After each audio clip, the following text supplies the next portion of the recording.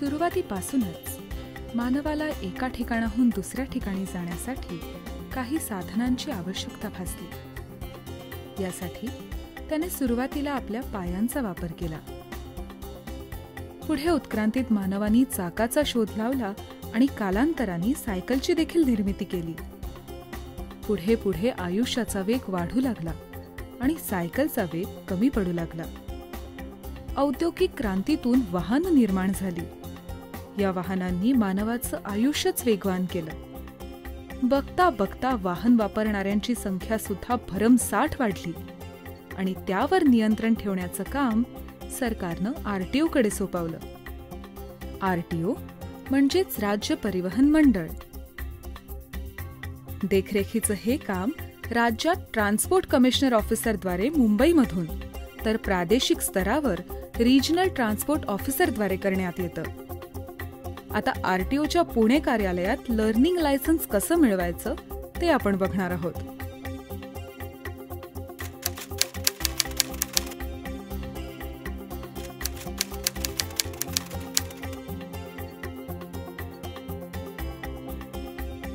सर्वसामान्यपणे असा समज आहे की लर्निंग लायसन्स मिळवणं अतिशय किचकट आणि कठीण काम आहे, परंतु राज्य परिवहन निगम विभागाने ही प्रक्रिया अतिशय सोपी केली आहे। आणि तरीही या प्रक्रियेत आपल्याला काही अडचण आलीच तर त्याचं निवारण करण्यासाठी जनसंपर्क अधिकारी म्हणजेच PRO आपल्या मदतीसाठी तत्पर आहेत। आपल्या सगळ्या शंकांची समर्पक उत्तरं ते आपल्याला देतील।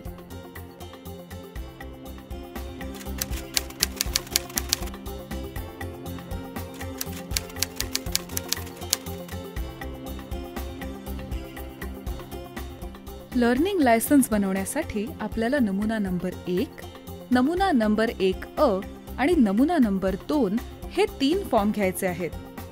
आरटीओने हे 3ही फॉर्म्स विनाशुल्क उपलब्ध करून दिलेत। यापैकी नमुना नंबर 1 हा फॉर्म शारीरिक स्वास्थ्याची ग्वाही देण्यासाठी आपण स्वतः भरायचा आहे। नमुना नंबर 1A हा फॉर्म म्हणजेच वैद्यकीय प्रमाणपत्र। हे प्रमाणपत्र आपल्याला नोंदणीकृत वैद्यकीय व्यावसायिकाकडून भरून घ्यायचं आहे।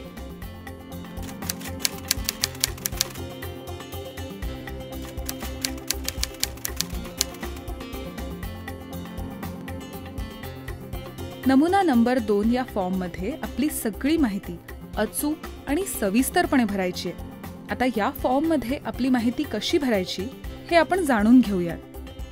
हा आहे नमुना नंबर 2 फॉर्म।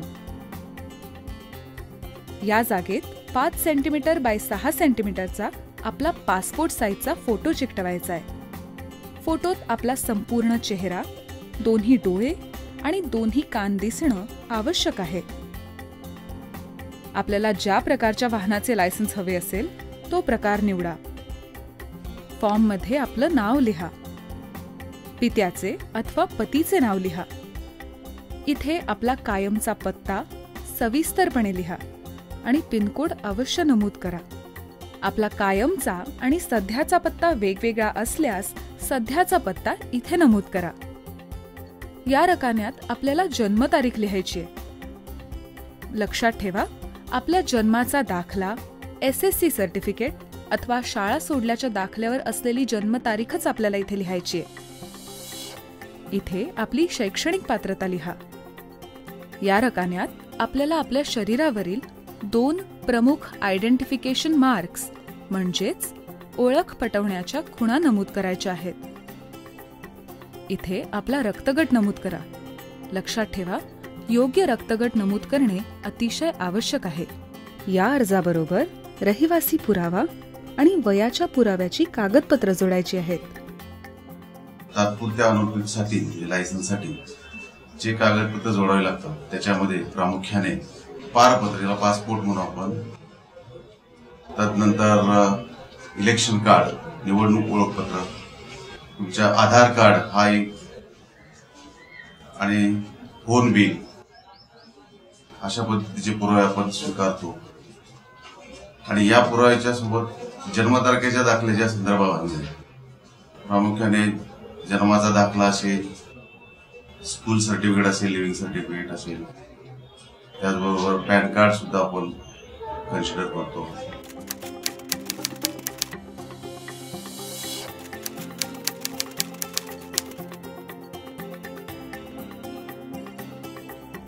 आता पुढचा टप्पा आहे कागदपत्रे तपासणी विभागात जाऊन आपला अर्ज तपासून घेण्याचा.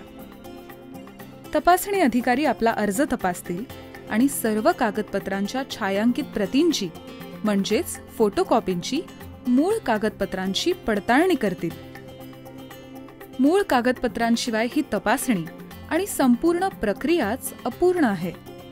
तेव्हा लायसन्स बनवताना सगळी मूळ कागदपत्र कटाक्षाने जवळ बाळगा.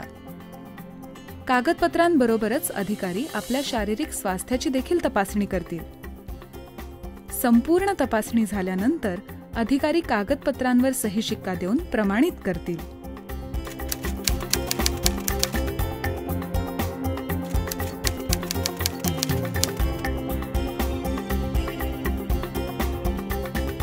इथून पुढची पायरी आहे लायसन्स फी भरण्याची. यासाठी आपण शुल्क फी विभागात जाणार आहोत. इथे 30 रुपयांची नाममात्र फी भरून त्याची पोचपावती घ्यायची आहे.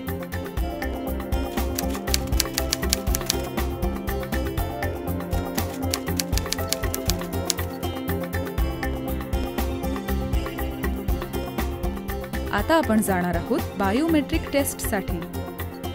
संगणकीय शिकाऊ अनुज्ञप्ती विभागात जाऊन आपला अर्ज, छायांकित कागदपत्र आणि शुल्क पोचपावती संबंधित अधिकाऱ्यांकडे द्यायची. ते तुमच्या अर्जातली सगळी माहिती संगणकामध्ये भरून घेतील. इथे आपल्याला इलेक्ट्रॉनिक सही करायची आणि आपल्या डाव्या अंगठ्याच्या ठशाचा नमुना द्यायचा आहे. आता संगणकाद्वारे आपला फोटो घेतला जाईल. या प्रक्रियेनंतर अर्ज आणि पोचपावती आपल्याला परत मिळेल.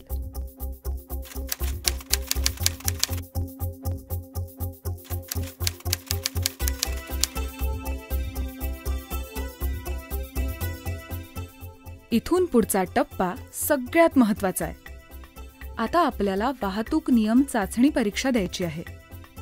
या चाचणीची तयारी म्हणून फलकावर लावलेल्या नियमांची आणि बोधचिन्हांची माहिती नीट वाचा आणि समजून घ्या. कारण चाचणी परीक्षेमधील प्रश्न या बोधचिन्हांवर आणि नियमांवरच आधारित असतात. या बोधचिन्हांचा अभ्यास करण्यासाठी आपण www.rtopune.info/roadsigns या संकेतस्थळावर सुद्धा भेट देऊ शकता. परीक्षा विभागात गेल्यानंतर तिथले अधिकारी आपला अर्ज घेऊन आपल्याला आसन क्रमांक सांगतील. थोड्याच वेळात समोर पडद्यावर सर्वांसाठी सामायिक असे एकूण 10 प्रश्न येतील आणि त्याबरोबरच 3 पर्याय सुद्धा. उत्तर देण्यासाठी आपल्याकडे 3 बटणं असतात. योग्य उत्तराची निवड करण्यासाठी आपल्याला 10 सेकंदांचा अवधी दिला जाईल. तेव्हा उत्तर देण्याची घाई करू नका. नीट विचार करून योग्य पर्यायाचंच बटन दाबा. सर्व प्रश्नांची उत्तरं दिल्यानंतर थोड्या वेळातच समोर पडद्यावर निकाल जाहीर होतो. 10 पैकी 6 किंवा त्याहून अधिक प्रश्नांची उत्तरे बरोबर दिल्यास तुम्ही या परीक्षेत उत्तीर्ण होता. मात्र त्याहून कमी उत्तरे बरोबर असल्यास तुम्ही अनुत्तीर्ण होता. अनुत्तीर्ण झाल्यानंतरही आपल्याला दुसऱ्या दिवशी कुठलेही अतिरिक्त शुल्क न भरता ही चाचणी देता येते. परंतु याही वेळी अयशस्वी झाल्यास आपल्याला संपूर्ण प्रक्रिया पुन्हा करावी लागते. निकालानंतर आपल्याला छापील लर्निंग लायसन्स दिलं जाईल. मी सर्व जनतेला, विशेषतः तरुण वर्गाला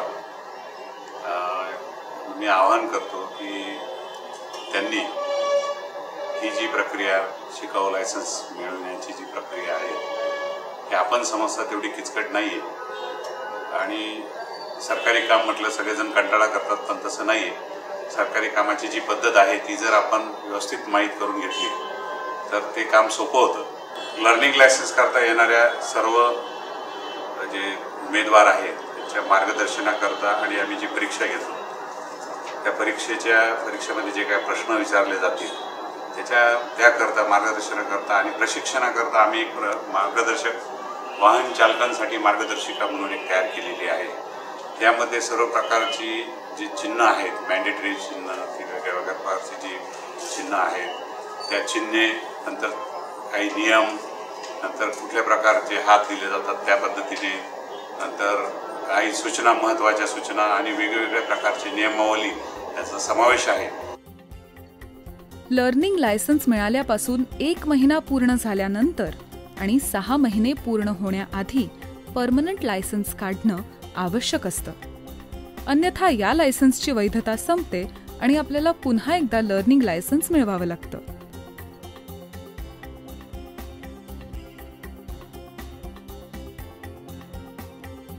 लर्निंग लायसन्स मिळवण्याची प्रक्रिया संक्षिप्त स्वरूपात: 1. प्रक्रिया माहिती नसल्यास जनसंपर्क अधिकारी म्हणजेच PROशी संपर्क साधा. 2. फॉर्म वाटप केंद्रात जाऊन form number 1, form number 1A आणि फॉर्म नंबर 2 घ्या. 3. सर्व फॉर्म्समध्ये आपली माहिती अचूक आणि सविस्तरपणे भरा. 4. कागदपत्रे तपासणी विभागात जाऊन आपल्या अर्जाची तपासणी करून घ्या. 5. शुल्क फी विभागात जाऊन 30 रुपये भरा आणि पोचपावती घ्या. 6. बायोमेट्रिक टेस्ट विभागात आपली सही, अंगठ्याचा ठसा आणि फोटो घेतला जाईल. 7. वाहतूक नियम चाचणीसाठी नियम आणि बोधचिन्हांचा अभ्यास करा. 8. 10 बहुपर्यायी प्रश्न असलेली वाहतूक नियम चाचणी परीक्षा द्या. लक्षात ठेवा, लर्निंग लायसन्स वापरत असताना आपल्या वाहनावर L अक्षराचा बोर्ड असणं बंधनकारक आहे.